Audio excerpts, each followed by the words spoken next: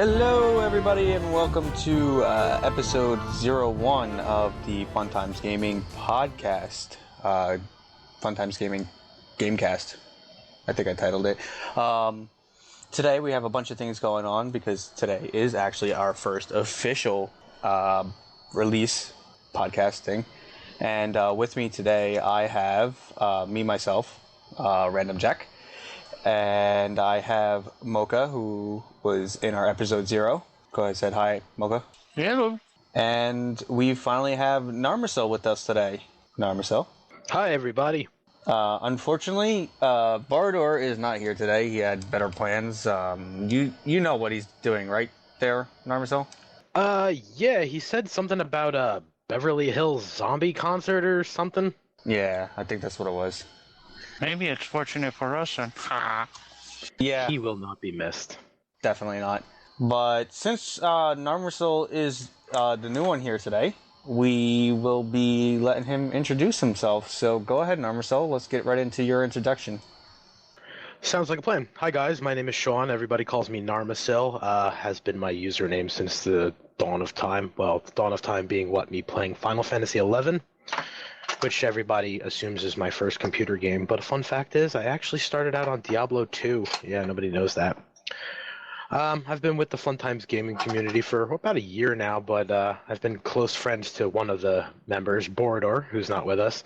We've been friends for years, and everything from there is just a whirlwind of video gaming fun, mostly being dragged from game to game, which I believe you guys talked about in the previous episode, didn't you? Yes, definitely. Bunch of game hopping and stuff like that. Yeah, I like to settle down in one place for a little while, but that never seems to be the case. Sad face.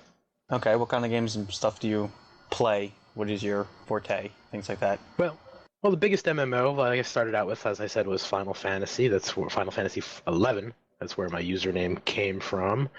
That was really the only computer game I played for a while. After that, I didn't really have enough money to put into a gaming computer, so it was really all console based until recently. I acquired a pretty powerful computer through a Build a Beast workshop. It was a very good build, and after that the console hasn't turned on since. Been mostly MMOs, a lot of free to plays because I still can't really be bothered for a subscription based MMO, so anything that's free to play I try for a while. I like those RPGs in general, so Borderlands is really good, especially that it's an RPG and a shooter. Borderlands 2, specifically. Any Final Fantasy with a number on it, I've played, I own. And let's see, the sandbox games like Minecraft, they're good for killing time when you have nothing else to do or nothing better to hold your interest for a few hours. Not really big into racing games, but I do play them from time to time, but nobody knows that. I sure so did. till now. Now I'm going to kick your ass for it all the time. You have been That's challenged. mainly because I suck at them. You have been challenged. Oh, God. So, anything else you want to add there? That's pretty much everything in a nutshell. I'm just kind of the guy who gets dragged around from game to game. I pretty much enjoy everything that I do get dragged into, though. Some stuff I have stayed away from just because I'm not interested, like Star Trek Online. But, not that there's anything wrong with it, it's just not my cup of tea. Elder Scrolls, on the other hand, that one's got my interest pretty good. I really do hope that I might get into the beta, hopefully. That would be, like, everybody's... Probably. Yeah, don't we all, right? Yeah, don't we all? So I guess we're good with that one. We'll go, there's two things that we forgot to mention in the last podcast. They were actually both on my behalf that I forgot to do something. The first thing, I forgot to really explain why I have the asshat airhead reference. Why is that dubbed to me? Basic, simple, short explanation, and that is because all my characters start with a double A. As I mentioned earlier, way back when in EQ, their roles for raid, as I was pointed out because I wasn't old enough to participate in raids at the time, were generated by alphabetical. So my father, who got me into MMOs, always had his main character a double A. It would actually be Alina, double A, Lina. which I stole from him in most games that I make alts in. And ever since then, I've always kept the AA. And most of my characters always, if not always, start with a AA. The other thing would be is how we actually run our guilds. Because as far as I've known, as far as I've been in any other guilds, we never actually really... I've never seen a guild run the way we actually run it, and it seems to have worked quite a bit. I've seen many guilds fail where ours prevailed because of the way we run it. One of the main things is because we are a community and we have many community leaders, we don't, even though there is a quote-unquote guild leader, it's more of a figurehead title than actually being a guild leader. We have a guild council, and it's primarily made out of 5 or so members of the community or group. Mostly me, Narmacil, Mocha, Borador, Shadow Raven, Diella, and whoever else is one of the leaders that we feel fit. And we run it actively together, so nobody has supreme power. Everybody has a say, and 90% of the things, okay, do we have to do this? What are we going to do about this? We talk about and vote on as a council. So it's a majority vote in the interest of the guild. So it's not one person saying this is this. It's a full vote. Is there anything Yeah. Yes, and some of the arguments that ensue are quite hilarious and borderline insanity. Yes, definitely. Well, go ahead. sort of, kind of. Yeah. Name Rift, that one is... one thing is, we are not merging. No. We're not going to merge with another guild. I spent too much time myself personally building that guild, and I'm not going to see it go away. No. This We is don't news normally to me. merge. Has this topic come up? No, never, ever. I don't know where merging came from. Well, it's actually, I've received quite a few emails on it, and it's like, nope. Ah, okay.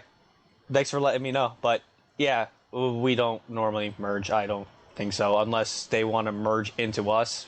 But the only thing is, they're not going to wind up really getting anything more than an officer rank, if that. To move on. Yeah, that's mainly, and to bring Rift as an example, so you guys can understand, Rift has a guild system which allows guild leveling up, and it has perks. So whenever we level up, we always ask, okay, which points are we going to spend where? And it's always the guild leaders, the council, that decides, okay, let's put it in this one, I think this one, let's weigh the cons, the negatives, the pros, and then we don't, it's not just us personally, we do ask the actual guild members themselves, but we don't do anything solo. It's just not solo. Nope. So that's all good. Anything else? Anybody want to explain anything else, how our guilds work? No, just that Sean likes to poke things with the stick. Big time. I'm going to make him a nice little fashion stick that he can point with and poke with.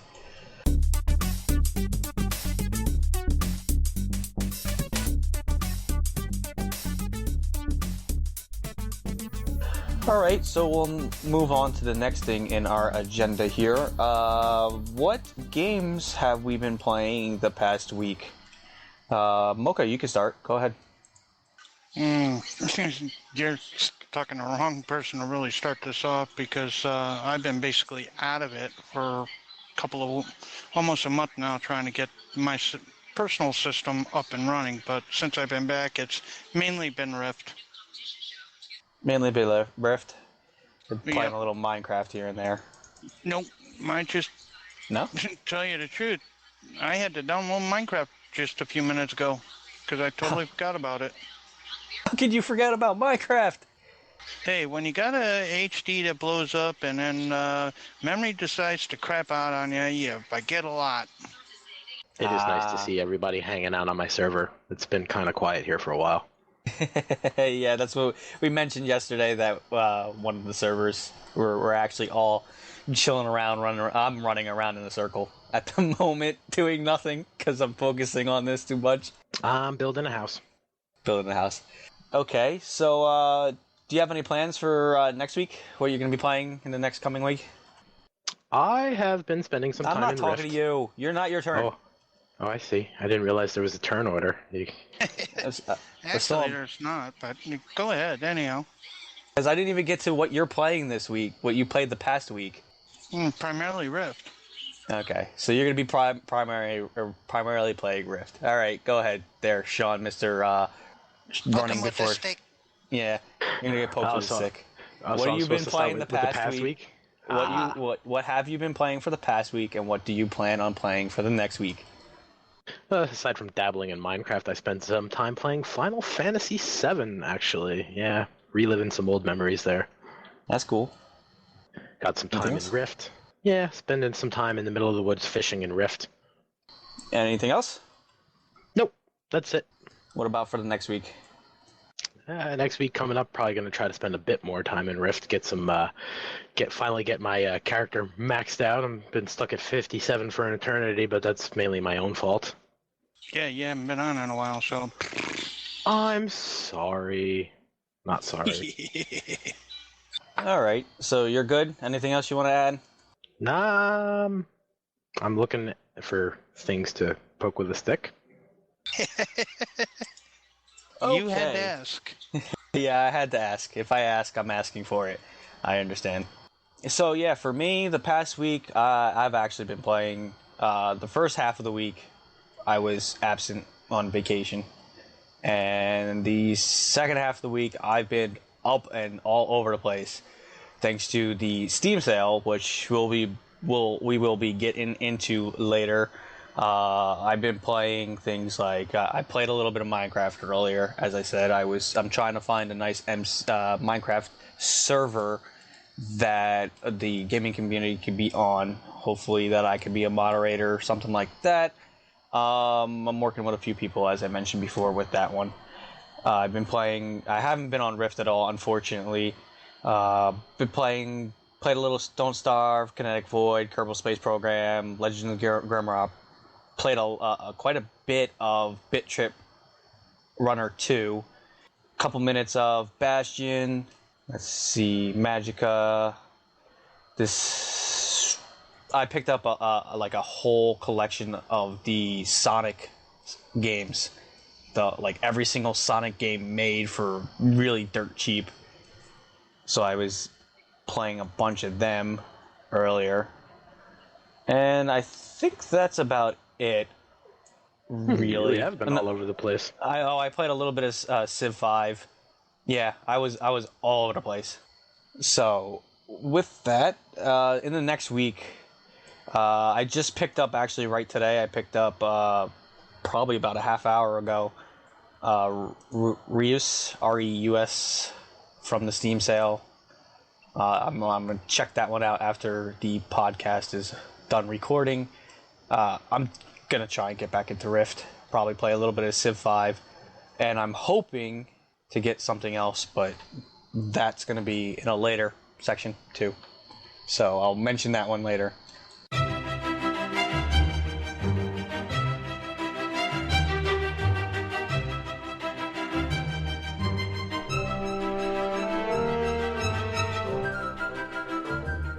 I guess we'll move on to the gaming news. Unfortunately, with gaming news, our very first news topic is quite sad. Ryan Davis of Giant Bomb has passed away on July 3rd of the age of 34. For those of you that know what Giant Bomb is, or actually those of you who don't know what Giant Bomb is a big video game review site. They do podcasts, they do videos, quick bits, and stuff like that. It's a very good gaming site. and Ryan Davis was one of the head guys that worked there. I don't know what he passed away from, and talking to a few of some of my other coworkers and stuff mentioned that he was actually just married too. Somebody said actually a few days before he passed away. So it's quite sad, and our condolences go out to him, his family, his friends, and the giant Palm cast crew and all members there. That is quite a shame. Yeah, such a young age, and such a great person. Now that the sad news is done and over with, we'll get back into normal news. Starting with Saints Row the Fourth. Saints Row the Fourth is going to be the last of its kind, apparently. All future games going to be in a totally different direction. What do you guys think of that? Have you? I don't think Mocha has played any of the Saints Row games. Have you there, Narm? No, but it's like Grand Theft Auto, isn't it? Yeah, something like Grand Theft Auto. Oh, you did try it there? I tried it, and I wasn't too. For me, it wasn't the game. I actually played quite a bit of the third one. I'm not too interested in sandbox games except for Sleeping Dogs. But I tried this one out because I got it. I think I got it during like the Humble Bundle THQ, so I got it for like dirt cheap, and I enjoyed it a lot. I might actually think about this one, but in the fourth one, you're going to be playing as a psychopathic president that has like superpowers, and you're trapped inside a virtual reality city.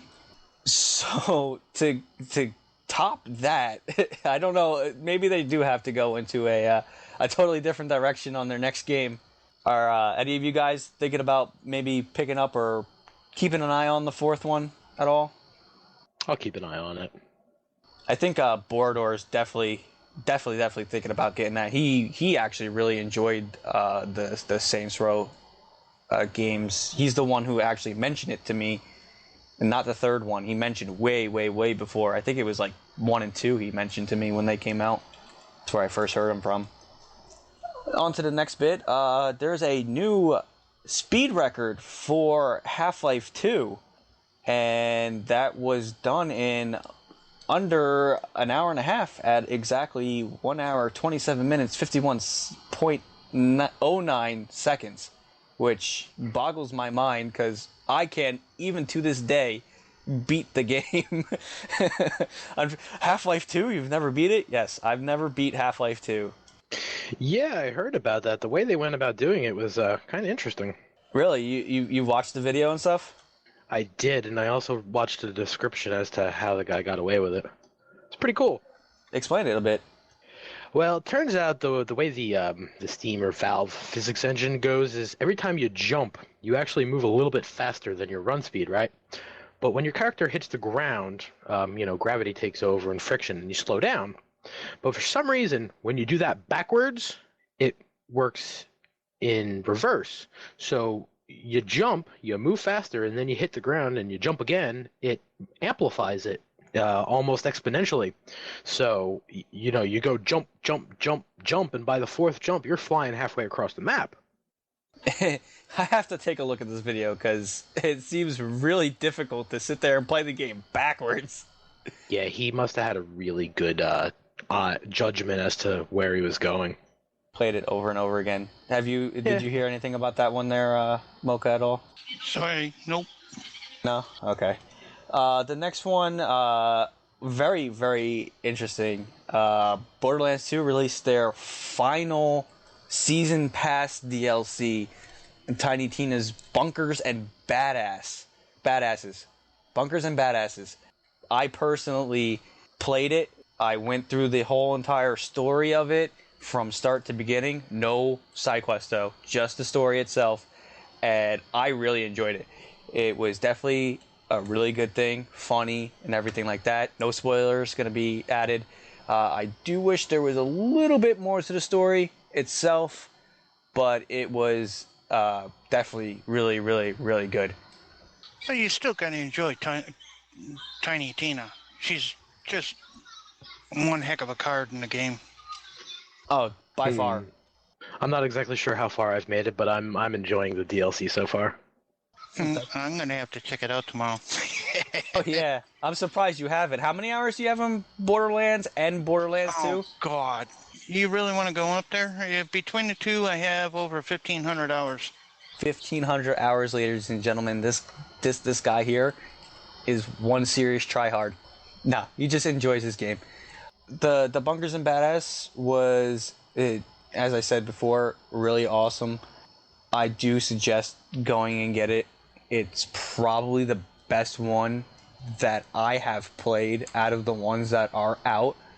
And as Mocha has mentioned, Tiny Tina is the greatest. I believe Tiny Tina is one of the best out there, and that's not only by her, but because of the voice actor Ashley Birch. I watched their shows. Hey Ash, what you're playing? Hey Ash, what you playing? All the time, and I just crack up. I just like it because she's what, 12-year-old that likes to blow things up? 12-year-old that blows things up. Yep, give or take. And back at that age, didn't we all want to blow things up? And don't we still do? I did, and I still do. I plead the fifth.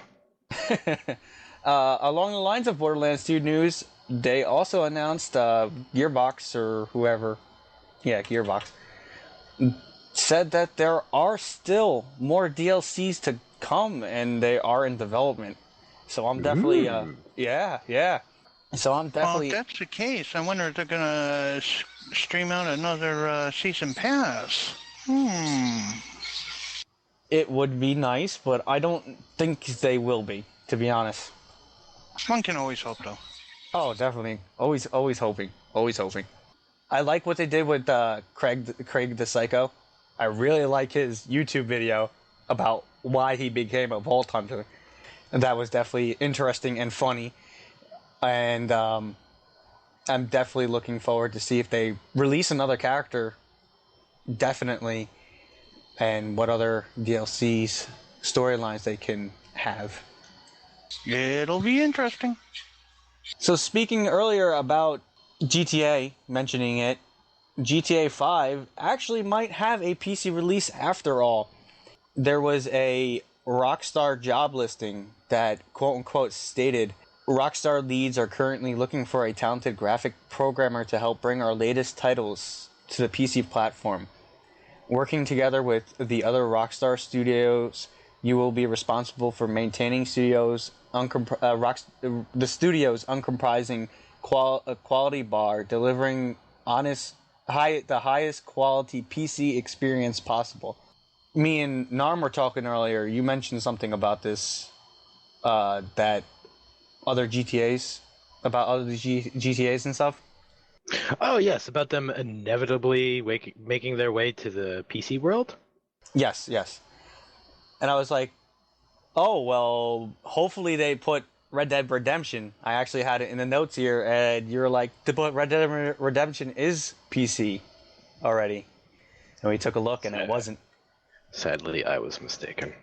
So hopefully, on top of GTA 5 coming, maybe we'll see a Red Dead Redemption come to PC too. That would be nice. I would be interested in that. I was interested when it came out on console. I just, money was tight at the time. Our next news, I don't think any of you have heard of this one. I personally played it. Spelunky is being released on PC August 8th, and that's a game I definitely will be picking up. The what? Spelunky. None of you have heard that one? Sounds like Minecraft. Actually, no. Not even close. Spelunky, how do I put it? Your 2D side-scrolling, underground, kind of miner, but without really digging things. There's bats and enemies and things like that. And as you go through, you have to get items and level ups your different. You get gold and diamonds, and you sell them off, and you make money and stuff like that. Death is permadeath. The multiplayer is hilarious because you're sitting there and you shoot a rope up into the thing, and you're climbing your rope, and your buddy's sitting there fighting an enemy, and all of a sudden his whip comes out and smacks you, and you fall down. I sat there and played with one of my other friends on the Xbox demo, and we just could not stop laughing. It was ridiculous. One of the parts, you had to actually like save this princess and bring her to the exit. Every single time we tried to save the princess, we wound up killing her. Some hero you are. Yeah, definitely. The next one would be Steam/Valve stops the Dota 2 beta invites because they actually launched it. Dota 2 is a MOBA with tons and tons of characters to play as. I have been in the beta. I never launched it once. And I don't think I ever will play it, even though it is free to play with many microtransactions. Sega sues non-existent THQ for almost $1 million because of Steam pre-orders for Company of Heroes. This kind of like it makes me a little questiony. I don't know how they're getting this money. Is Company of Heroes actually out? Does anybody know that? Don't know, but there's an easy way to find out. I'm looking it up right now. Oh, okay. Yes, it is. Company of Heroes 2, looks like.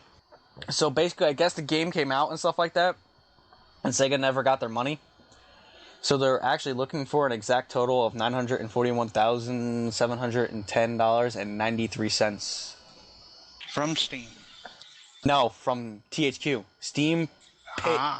From what I'm getting, and from, I guess, the very little snippet that I read, Steam already paid THQ, and THQ has to reimburse Sega, but they never reimburse Sega. And that's what Sega wants their reimbursement for that. Along that lines, they are suing a non-existent company, which I don't know legal terms and how that works, but if it's due money, I say it should definitely go. I say if Sega wants some money, they should make another console. I say if Sega wants some money, especially from me, they need Phantasy Star Online 2 to come out in the east side already. Over here in the US. That one. I will be sinking. I had so much fun in that, but I digress. The next topic is a very heated topic. We actually had a nice half-hour conversation before we even started recording this. Oh boy, here it comes again. Yep. Xbox. There was a petition for the Xbox One to reinstate all the E3 promises. Things like the DRM policy, and I don't know if it went into the always online. I know the big thing was the DRM policy. The last time I actually checked, it had 16,000 signatures, and I pretty much sure that it way higher now. Wait. For people that want the DRM? Mm-hmm. Yes. Why? Oh, the biggest thing that I heard, or I actually went to it's that site that if you post something or something like that, I don't know if it's the actual site that the government has to look at or something. No, it's not that site. It's a different site, but it was a position site. And it said that it basically, the Xbox One, the way it was, because everybody was just so gripey about it, they didn't look into it, and the Xbox One was going to become the Steam of the consoles. That you're going to be able to trade games and stuff like that and everything, just like how Steam works. To my knowledge, it was going to actually be a lot more fluid, because if I play a game on the Xbox One, let's say I have Halo 5, and you want to play it, and you have Call of Duty Black Ops 20 million, we can trade each other, and we can play it. And then you could trade that for some other game, and so forth and so on. That's how I kind of read it as. Does anybody else have any comments on that? I'm not so sure, because you can't trade games on Steam. You can't trade you can trade non-played games. When you purchase something, you have the option of tossing it in your inventory. If you leave it in your inventory, you can trade it. I'm just saying it was supposed to be quote unquote better than Steam. Well, they better decide something soon, seeing that it's supposed to be out in November of this year. Yeah. Along that, I actually didn't write this down. A lot of the companies already stopped pre-selling the Xbox One along with the PS4. I know for a fact the Toys R Us around us has stopped both until recently. We have the PS4s available again, but the way it looks like they're going to cut them off quite fast. So, the next topic we have is another Steam game. Orcs Must Die 2 is getting the Steam Workshop. Wait a minute. I just found something about your DRM. Oh, yeah, you did? Yeah. According to Tech Radar, which is one of the tech sites, they are reporting that Xbox is,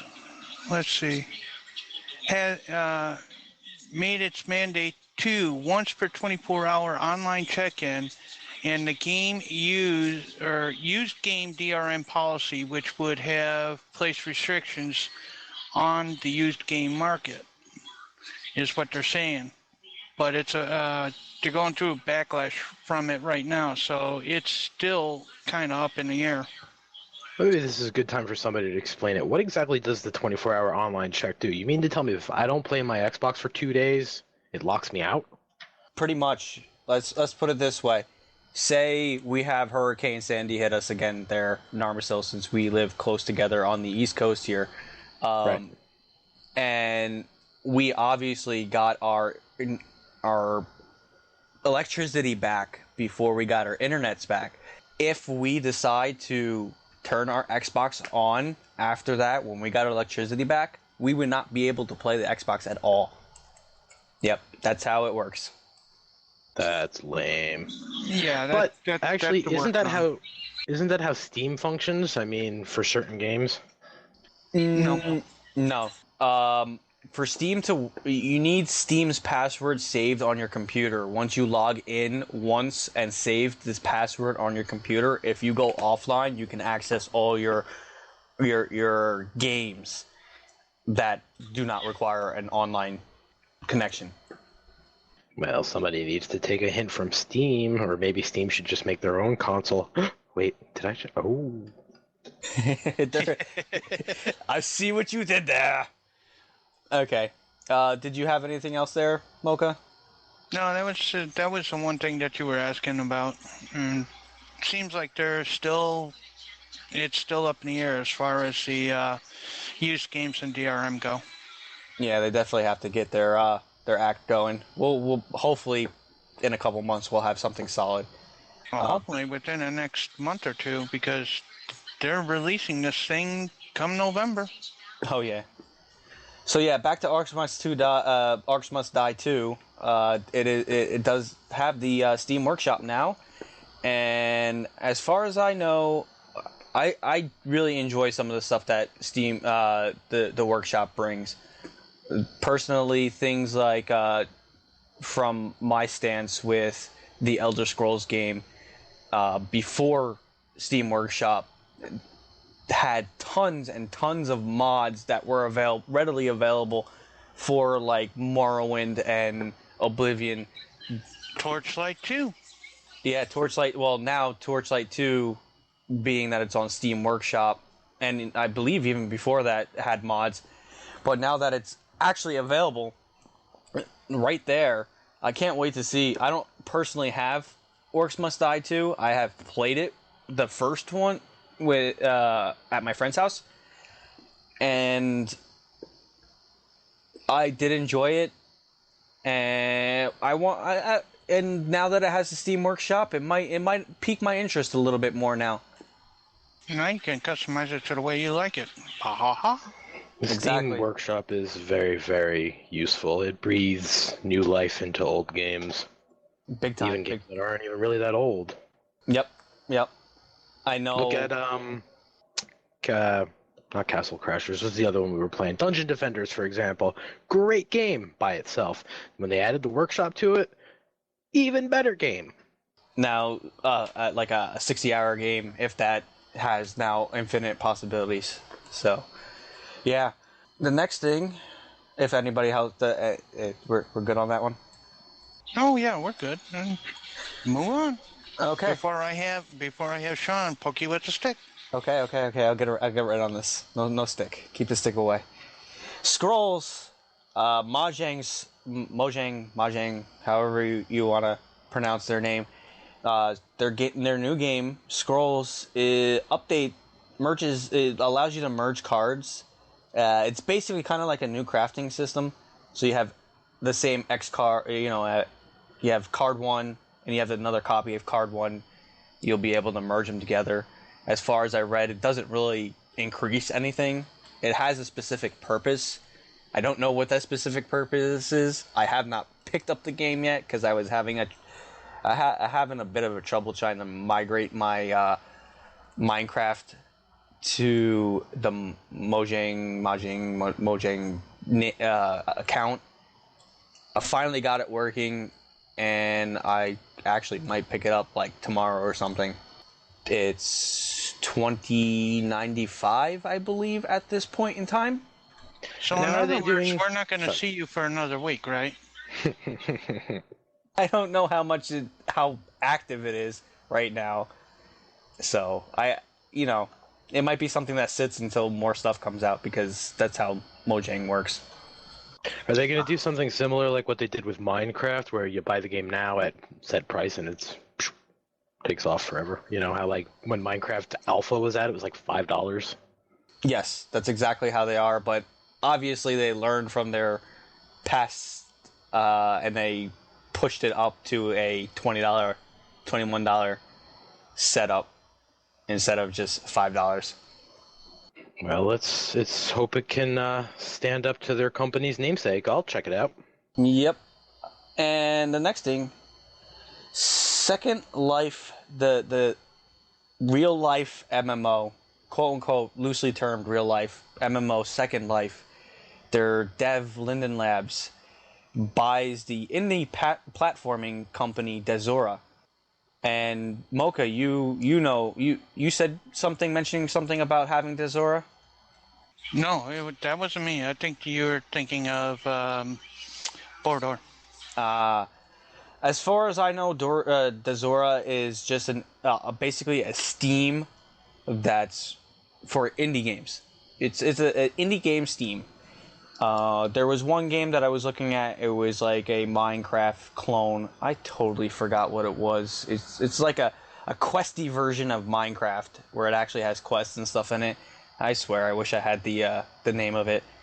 Oh man, Delilah would be able to tell us because she's been playing that one.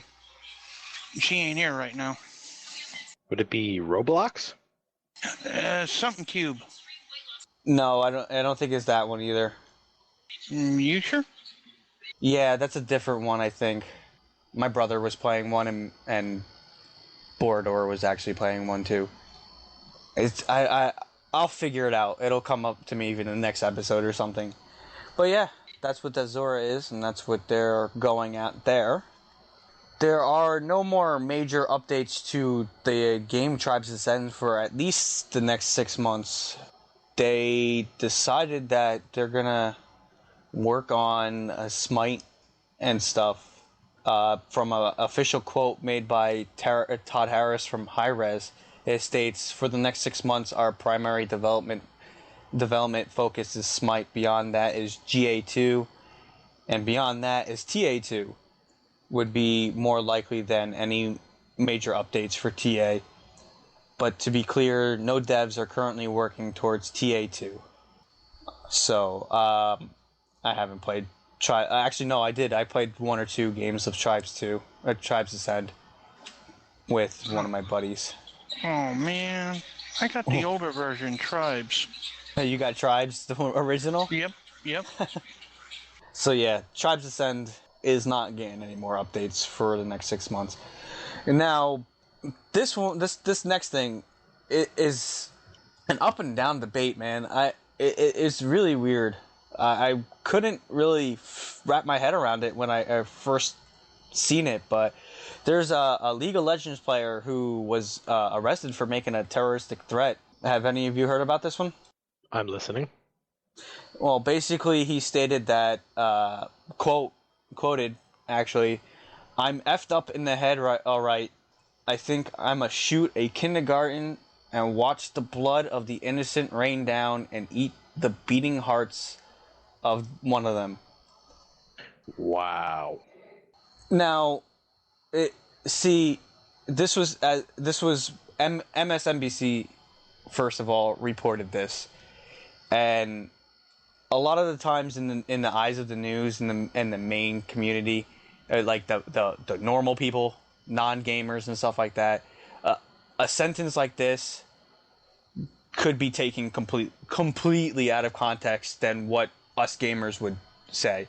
Now, I could say like, Narmacil, you're a super noob, you suck, I'm gonna pawn you, I'm gonna shoot you in the face, watch your heart bleed out and eat your heart, and it'll be perfectly fine between us because we know, one, we're joking around, two, it's gamer chat, and who knows, I could be raging at something stupid for whatever reason.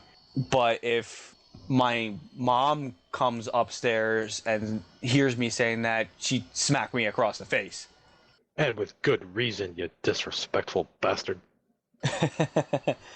So, yeah, there's that, and he actually may be facing there's that side of it, and then there's the other side. What if he was actually saying the truth? What if he, or not necessarily that he will act on it, but he would actually wind up, he was actually saying something like this, then it would technically be a terroristic threat.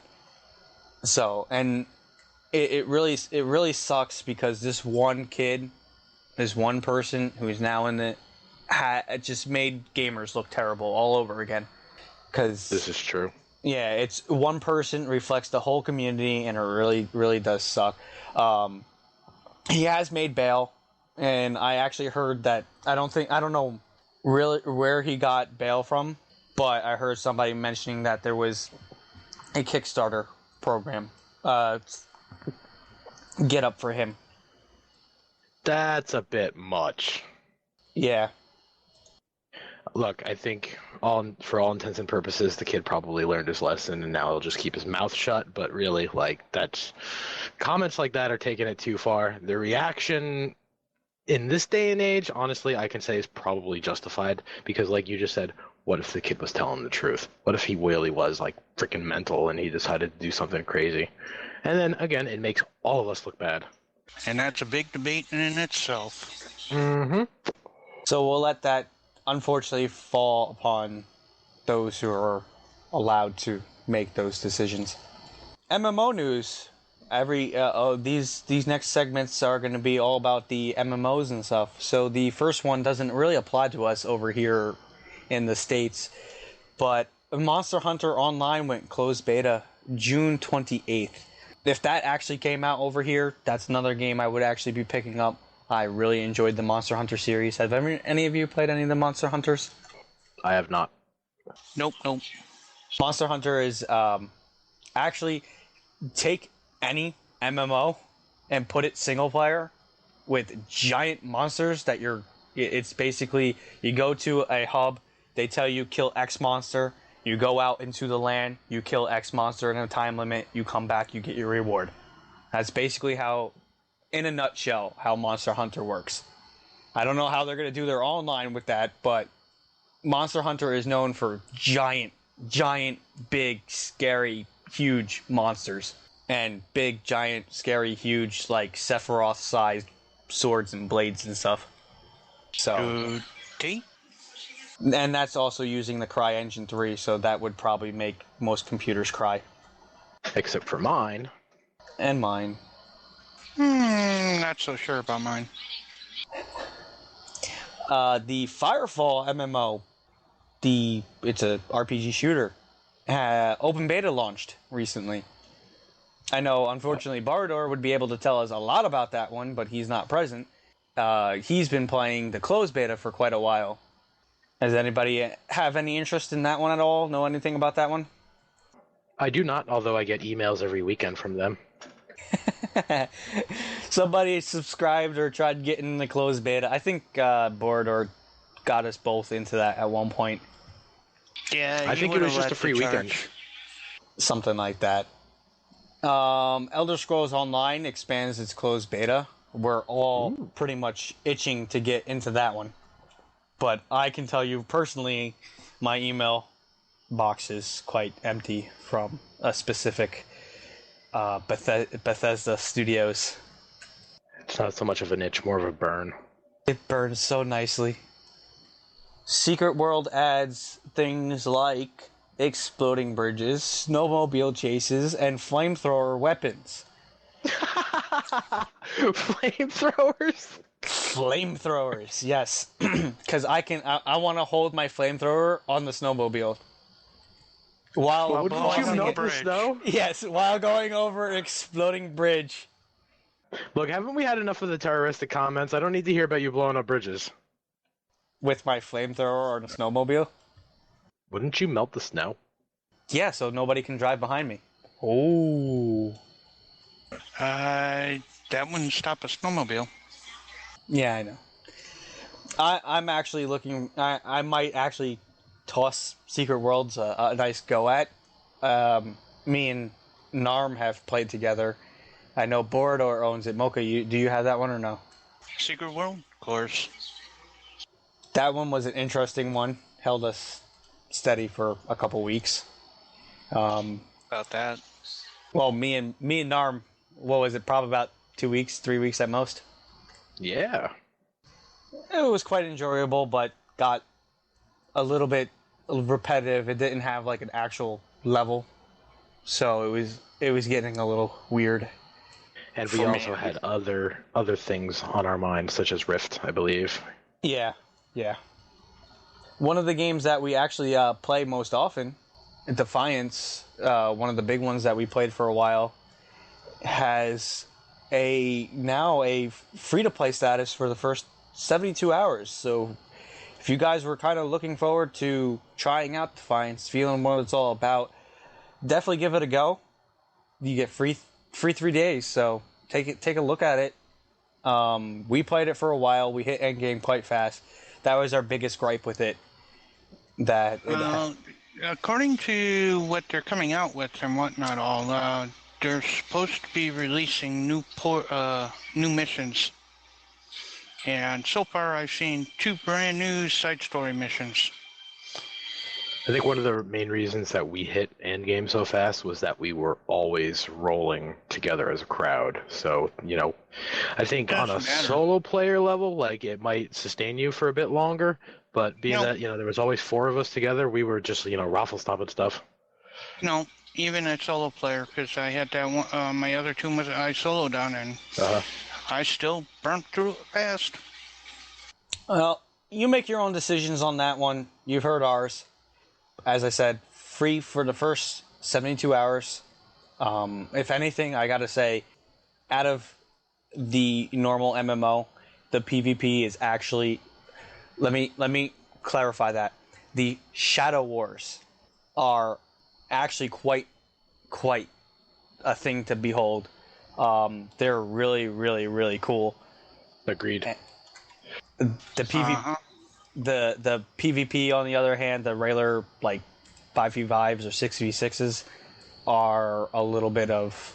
I hope they fix that a bit, but it was just, like, auto-shotties all the way. If you don't have an auto-shotty, you're dead. So, definitely, if there's one thing you do check out a Shadow War. I think they go up to, like, 64 versus 64 in the actual world itself. So as you're doing this PvP match, there are other non-PvP tag people and hostile mobs around. So it's a really cool concept and quite awesome. It's funny when you run past like a non-participant player who's just doing their own thing, and they're like, "Hey guys, what's going on?" Yep.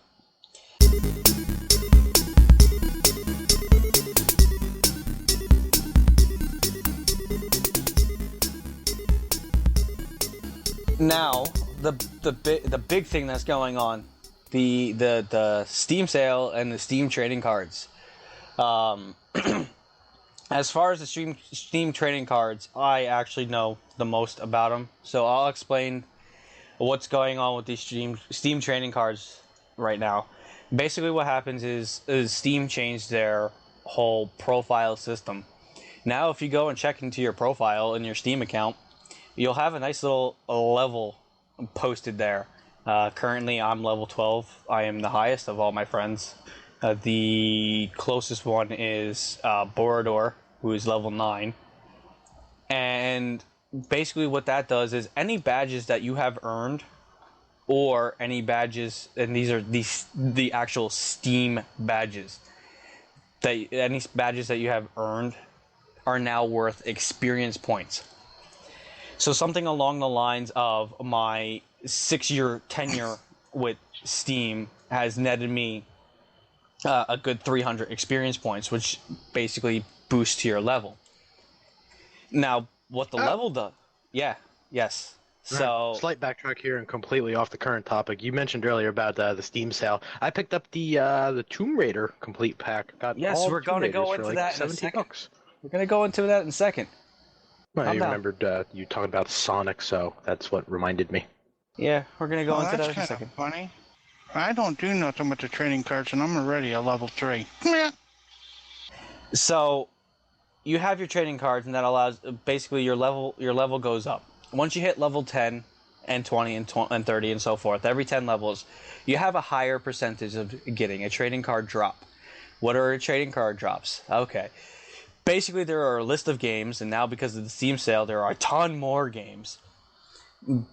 What happens is, let's say Borderlands 2, for instance, because I know Borderlands 2 has the card system enabled. I don't know how many cards, to be honest, exactly. Actually, I could probably look it up. No, I actually cannot. You know what? I'll use a different thing. We'll use the Half-Life 2. Half-Life 2 has 8 cards total. So you go in, you play Half-Life 2. Now you sit there and you just play. That's all you have to do. You just play the game.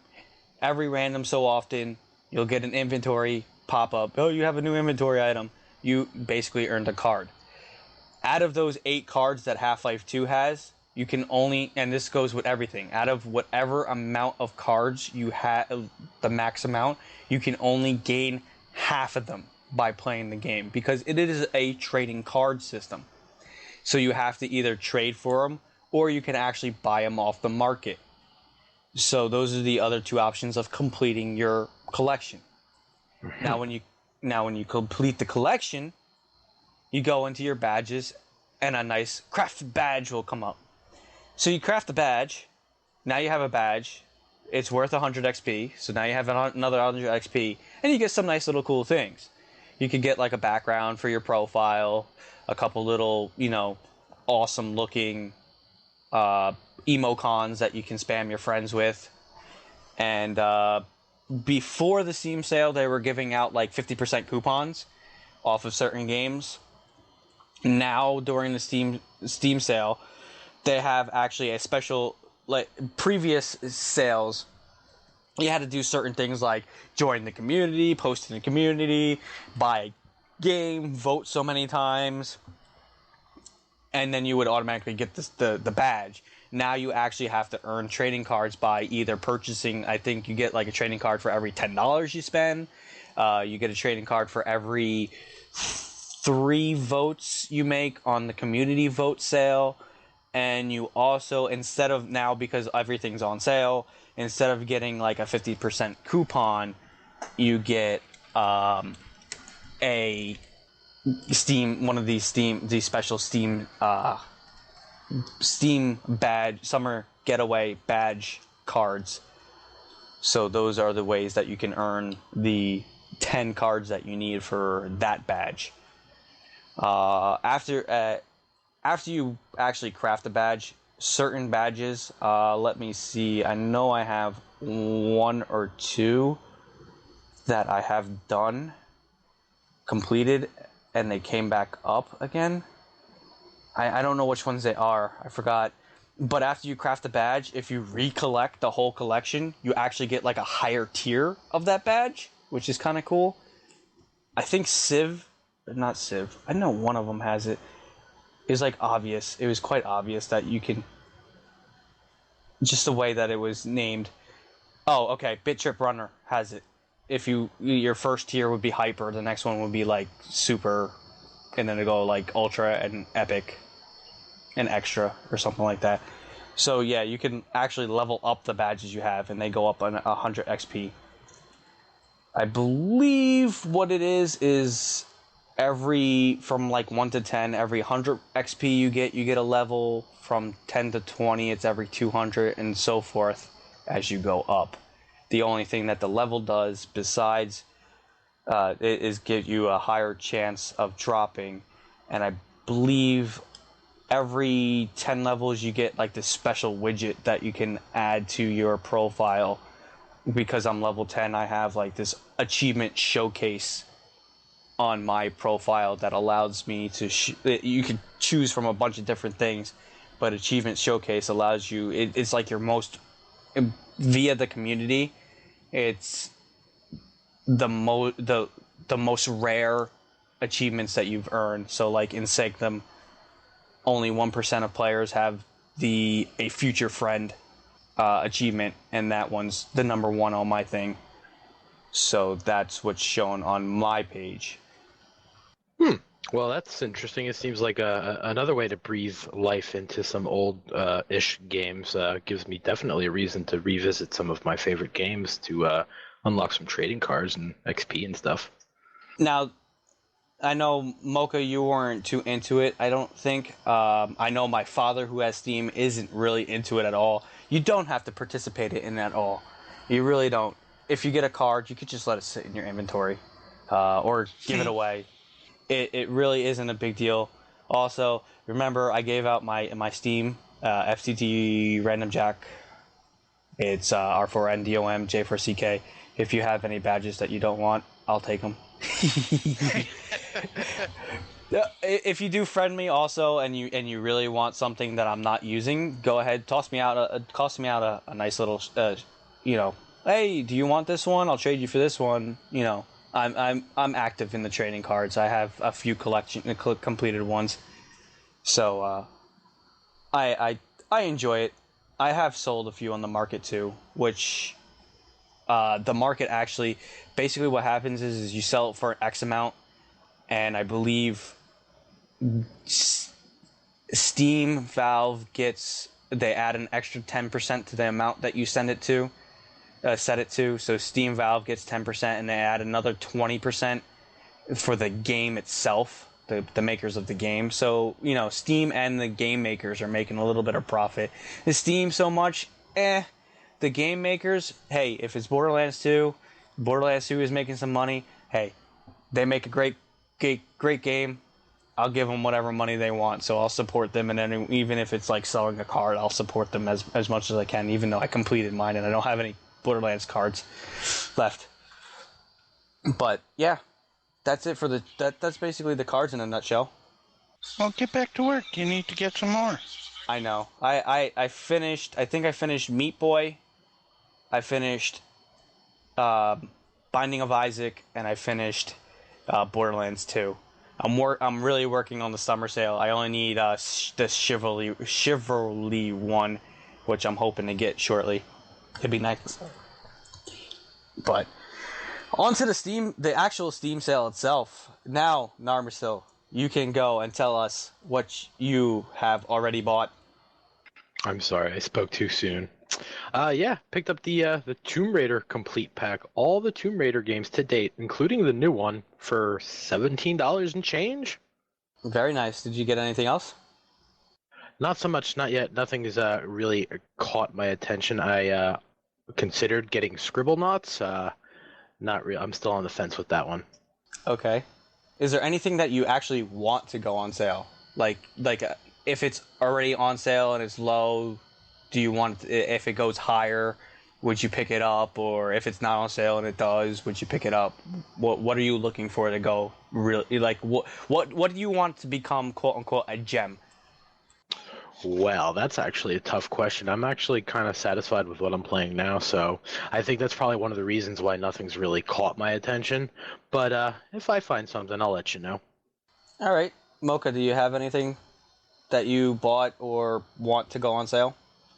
No, not as of right now. But I'm always keeping an eye open. All right. Well, unlike these two, my wallet is like really hurting, really hurting. Huh. Mine hurts worse than yours. Oh man, I've picked up quite a bit of games. I picked up Rios actually, like as I said, 30 minutes before this.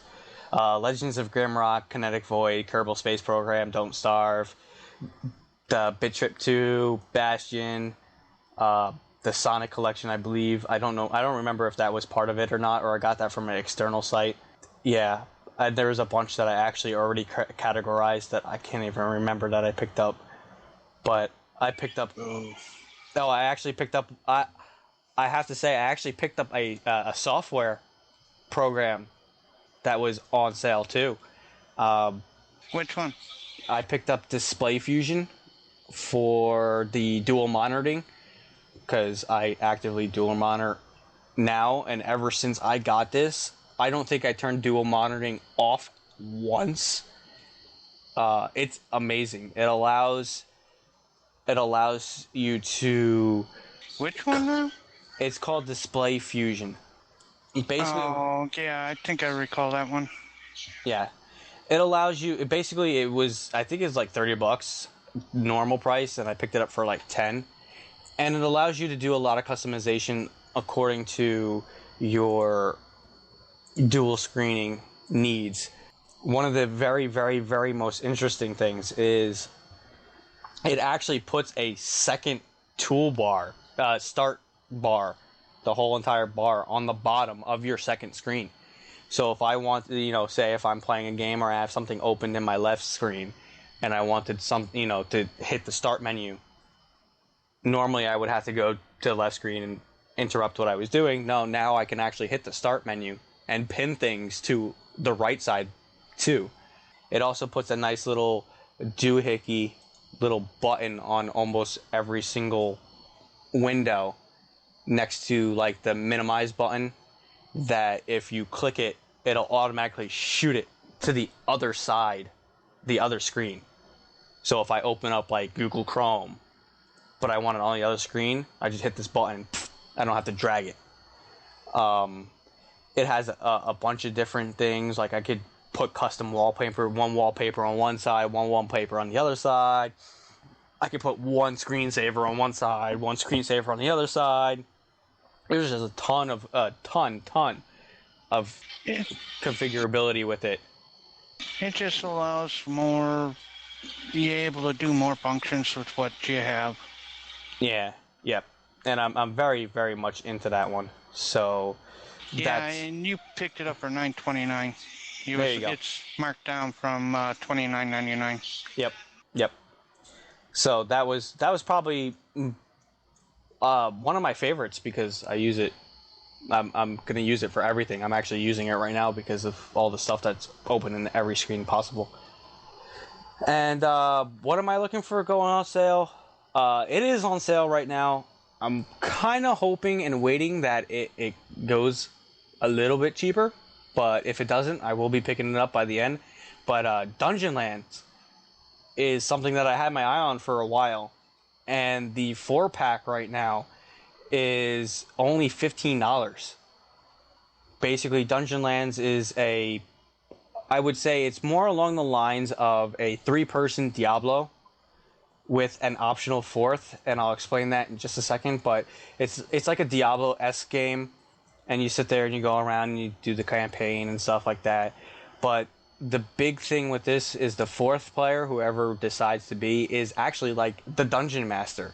So you're kind of playing like a live D&D sort of without the actual narration and stuff. So the Dungeon Master can sit there and tries to kill off the 3 heroes.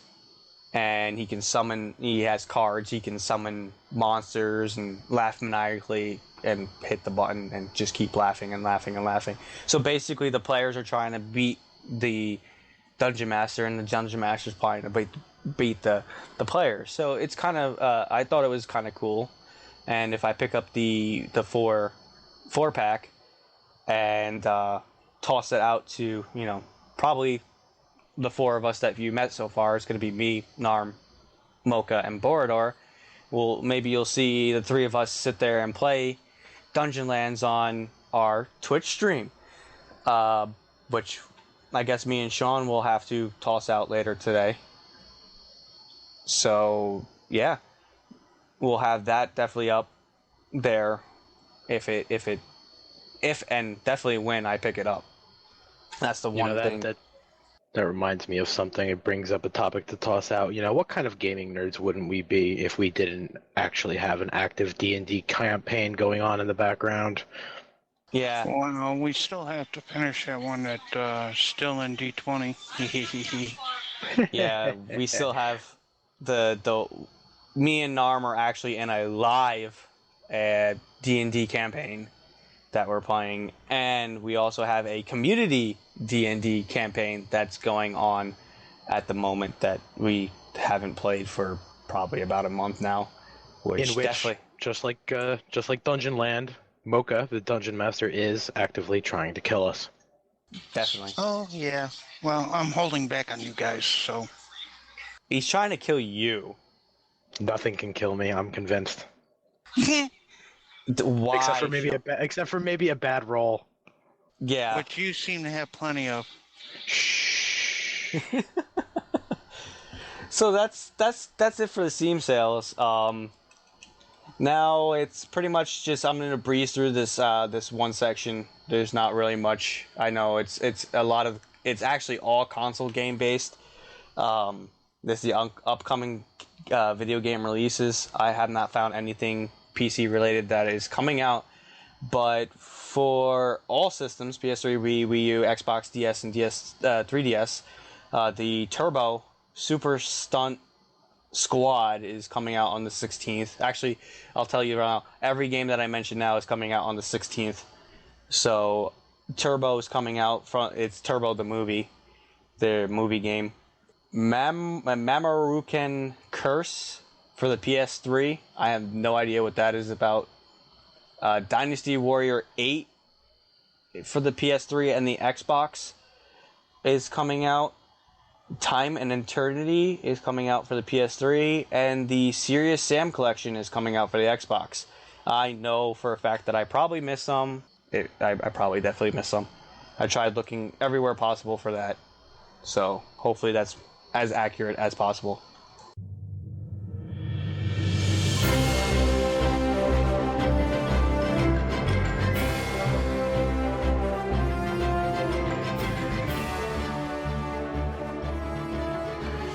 Now, along the lines of the podcast for Narm and Mocha, they think we're done, but we're not. I actually have a super secret segment that I'm adding into here that is not on their version of the podcast notes. Basically, Where what we it get is. to hit you with the stick? No, we're all gonna gang up on board, or yeah. Basically, the super secret segment. I think I'm gonna do this every episode. It's gonna be something that I feel like we should talk about. So basically, what this one's about is I read an article on MMORPG.com, and it was by Mark Kern, who is a game maker who turned 2-bit writer. Mark Kern currently works on the Firefall MMO shooter. In between running Red 5 Studios and funding groups like League4Gamers.org, he covers topics on online games, game theory, and industrial trends. Now, I read his article, which was actually quite interesting. I actually read it all the way through, not just for the podcast itself, but I actually read it through because I read it through. It was really good. He basically, the title of it was MMO Development Needs to Change. And basically it went. First of all, let me go into this. Okay, by MMO development needs to change. How do you feel about that, Narm? Do you think it's MMO? true? The development, the actual making of the MMOs. I don't know specifically what goes into the making of an MMO. What I can tell you from playing more up-to-date MMOs, I actually like the way that the games are built is heading, but I don't know what exactly that implies with building said MMO. Okay. Mocha, do you have any insight or anything that you want to say about that? Not at this very second. Okay. And so basically what he does is he looks into the way that MMOs are offered, how they're developed and things, mostly on the developing scale. So he goes into by saying that MMOs taking 5 years or more to make, costing up to 200 million or more to create, things like Star Wars, the Old Republic. They become very risky. And to sit there and say, hey, would you like to do, Activision, or I don't know if any game, or Blizzard goes to Activision, hey, we're looking to make Project Titan. There you go. They're looking to make Project Titan. We need X amount of funding. Okay, so that's how it starts off as. Now, he goes into by saying that it didn't used to be that way. Things, because of the next gen graphics and stuff like that, games, a single company could make multiple MMOs really quickly instead of just focusing on one. Sony, he says, they made EverQuest Parasite and Star Wars Galaxy like right one after another, all while working on EverQuest 2. And Star Wars Galaxies is but one of those games that was actually really good. But at the same time, they're also figuring out what type of game style, gameplay works and what type doesn't. Exactly. So now he goes on by saying development costs are being the biggest thing, and because of the next gen graphics are the real big reason. One being, one example, he's saying WoW. In WoW, they used to be able to make a monster in a week. One monster, 1 week. Now it takes one monster 4 to 6 weeks to make. And I was just like, I'm sitting here and reading this, and I was like, that's ridiculous. That's crazy. I didn't realize it takes over a month to make one monster. Oh, yeah. You got to look at the technology nowadays. It's high gen. So with high gen, you're looking at creating models. A lot of this technology is actually being imported through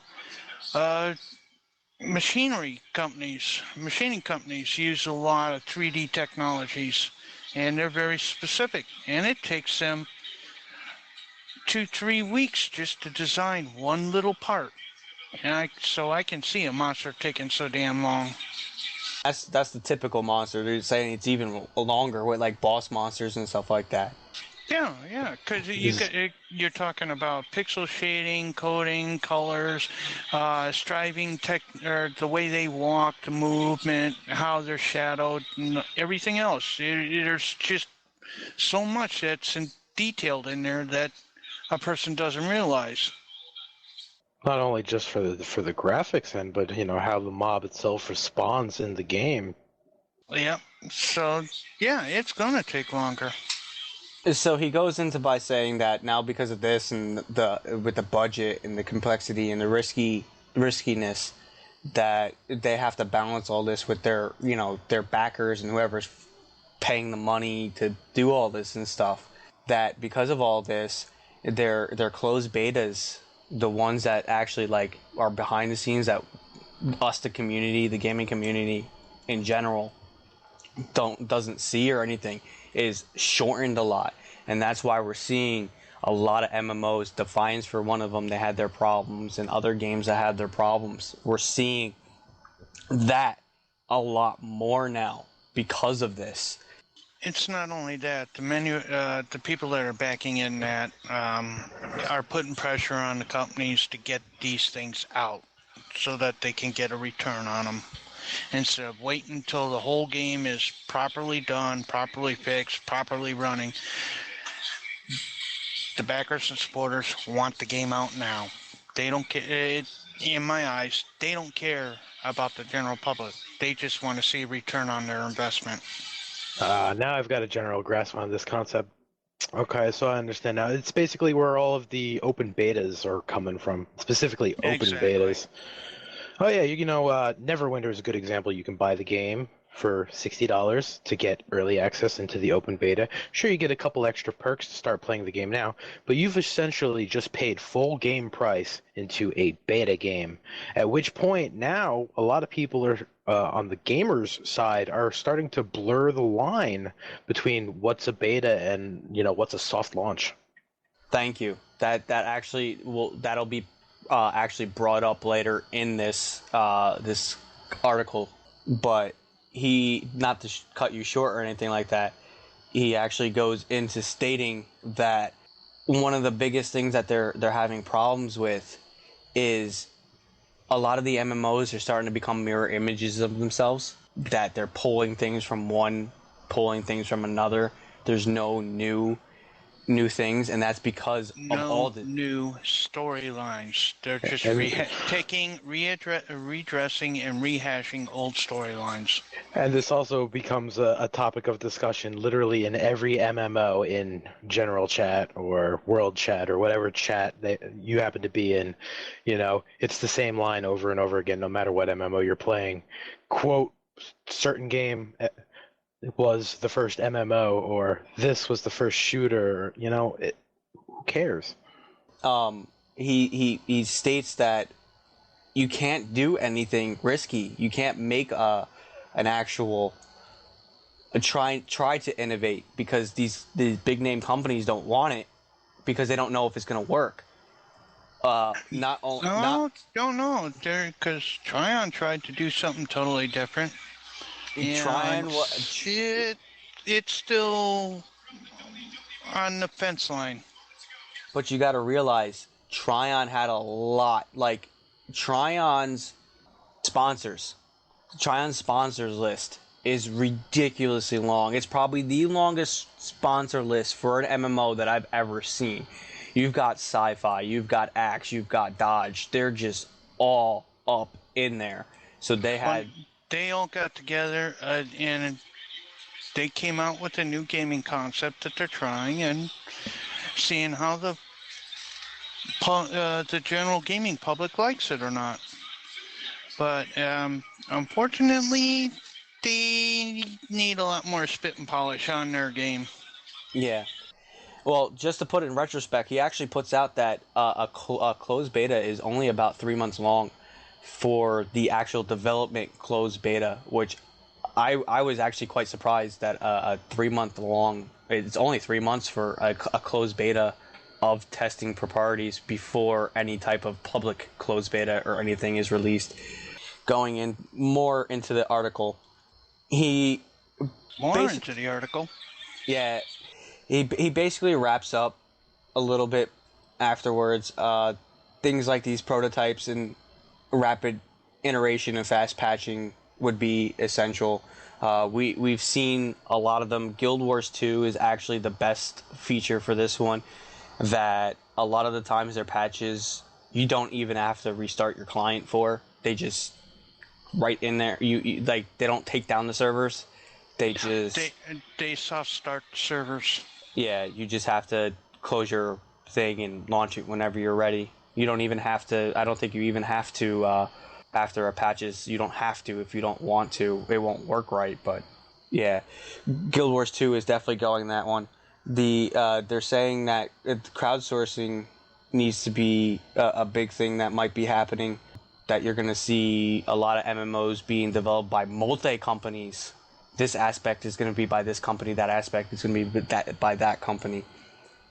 But yeah, well, you do that, you spread out the risk more, so it's not one company that's taking a huge hit if it fails. Yep, and I'm going to actually read the last two paragraphs here. It says, the real downside to this process is the way we've been trained about betas being nearly finished products. Many of us will see this type of process as a frustrating or prematurely judged. Actually, I have to digress a bit from this for a second.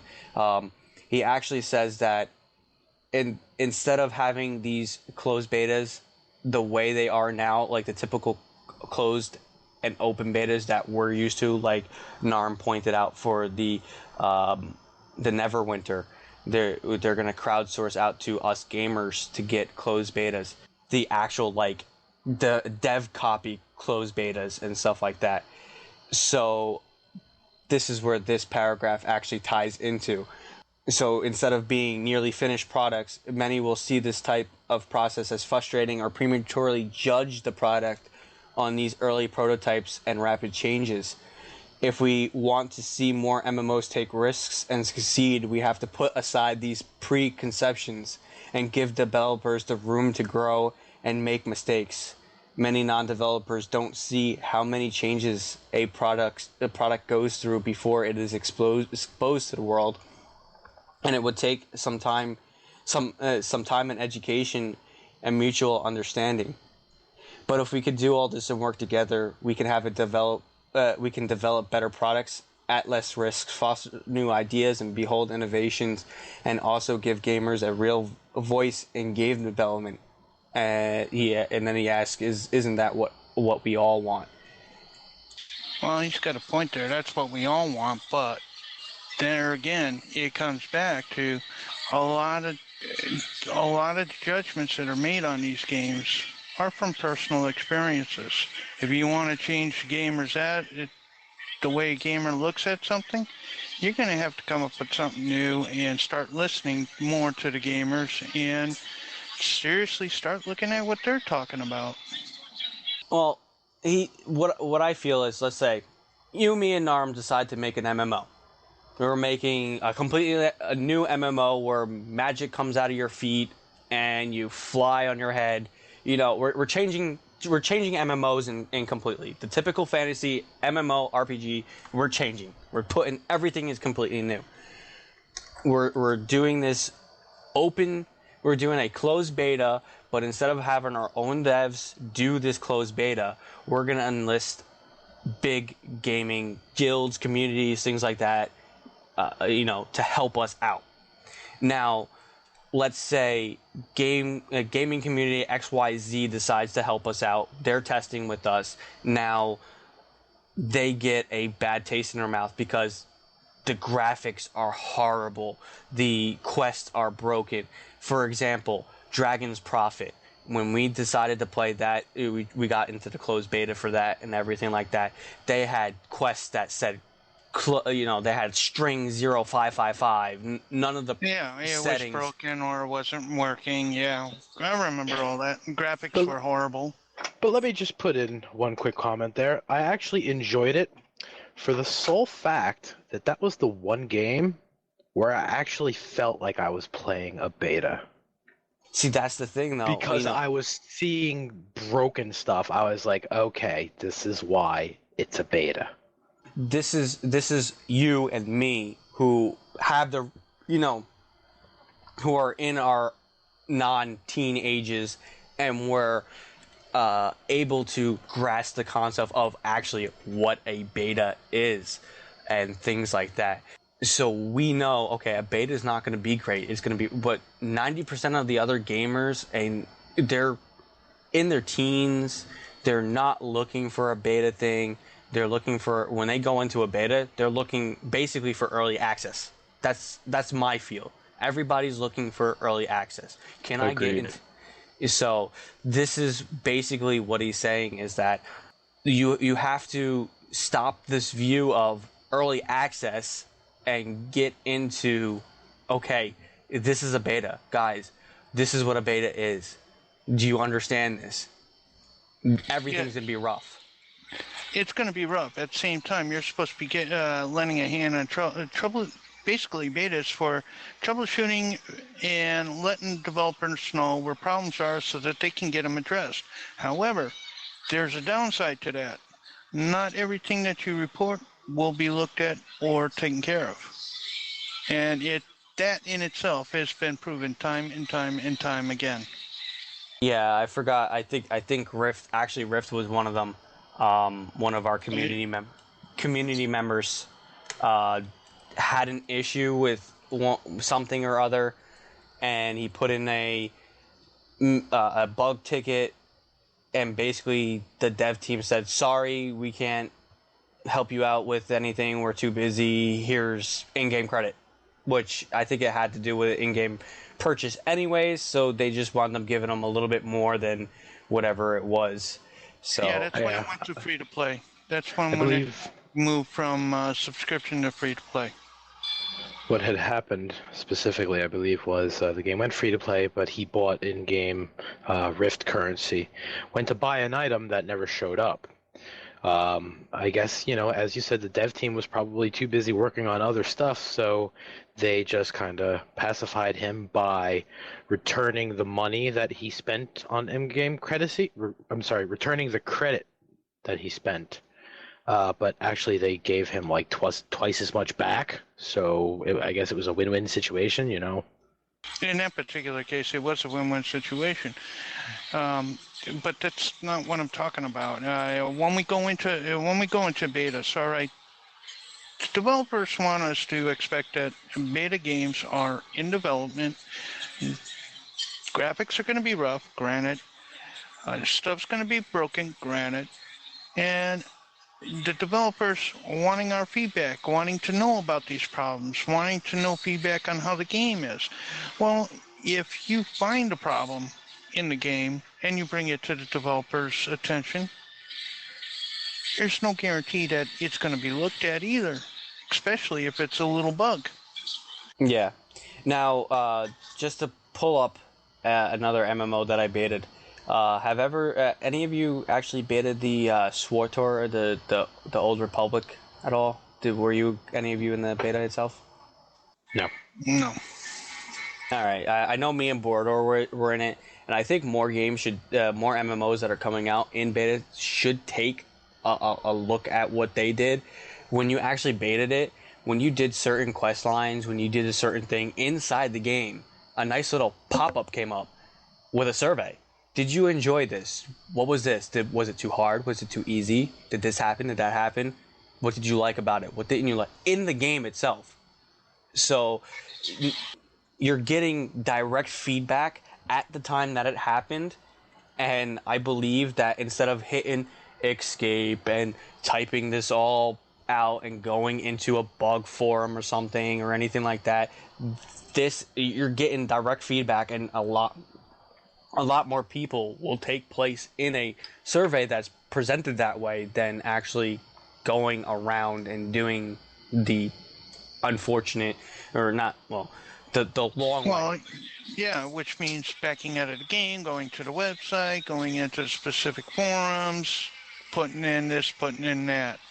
No, a lot of people won't take that time. Quote some relatively new meme. Ain't nobody got time for that. What they did is they put out the little survey right there and then to get the info right there and then, and made it a lot easier. So I definitely think that a lot of companies should take a look at the way that is, and definitely hop on that one. Now we can only suggest it. Whether they actually go and do it is a whole nother story. Maybe we should send Sean out with his stick and let him poke him in the side. Go poke make sure you go poke Beth and Sony online, so they can make ESO and Elder Scrolls. ESO Beth hasn't done anything to piss me off, so they're safe from the wrath of the stick. Anybody else have anything else for implement on that nice little secret segment there? No, I'm good on it. Just wish that when people do take the time to put in legitimate bugs, that devs actually take the time to look at the situation and try to fix it. Don't let it go from the same bug go from alpha to beta right into normal game. And the same If they're brought up and the community puts it out to them, hey, they should be willing to take the time to go in and take a look at the bugs instead of just what seems to be a general thing is we just get blown off and it doesn't feel like they're doing anything. And another thing is, you mentioned that, you and I would actually understand the term of beta testing. So, for lack of a better word, I would say that I consider myself a beta tester in this situation. So when a bug does present itself, I try to explain myself in the bug report in a well understandable way. I don't just say like, hey, my loot's gone, what happened, as all these other teenagers who are expecting early access are most likely doing, as they're complaining in global chat. They're probably doing the same thing on these bug reports, which is generating an excessive number of bug tickets where stuff like us, where we're actually trying to explain a problem, might be overlooked because they're being flooded with spammy stuff. Yeah. Good point. Very good point. And I know one of the biggest things when you're beta testing, even though you find a bug, they kind of want you to try. You should, as a tester itself, try and recreate it. This is just a little tip. You should try at least once to recreate it. See if you could get because if it's a persistent bug, or if it's just report it anyways if it just happens once. Mm-hmm. But definitely, if you could narrow it down to what it is, it helps them out quite a bit. But You're I guess absolutely right about that. And I guess we'll close that segment off. And with that, we're actually pretty much done. Any last words or anything like that, guys? None at this time yet. Oh, wait a minute. Nah. Narm, you got anything? Oh, look, a creeper. I'm going to go poke it with a stick. Oh, I knew that was coming. Okay, guys. Ladies, gentlemen, everything like that. A few little plugs. Again, my Steam is FTG, Random Jack, R4N, DOM, J4CK. I know Bordor wants me to toss out his. It's FTG, BORRADOR. He is here in his deathly hollow spirit. I can actually feel him staring me in the back. Shout out to him, to wherever he is, because I mentioned I would do that. Let's see. Brought to you by Build the Beast Workshop. All computers made custom for you for what you're doing. And yeah, like, subscribe, comment like normal. If you want to join us, website is ftg.guildlaunch.com. Find us on iTunes. We were actually accepted to iTunes. I'm very happy about that one. So we are officially on iTunes. So subscribe and comment and leave us nice little reviews and everything like that on iTunes. We are also on Podomatic. So it is Fun Times Gaming. That's Times with TIMEZ. funtimesgaming.podomatic.com. And you can leave us a nice little comments and stuff there. We do have a donation link there if you want us to continue and you like what we're doing and maybe improve our website. Please donate and stuff. Still looking for somebody who can maybe help us out with that a bit. Did I miss anything? That pretty much covers it. Until the next time, happy hunting and stay safe. All right. See you guys. Bye. Later, players.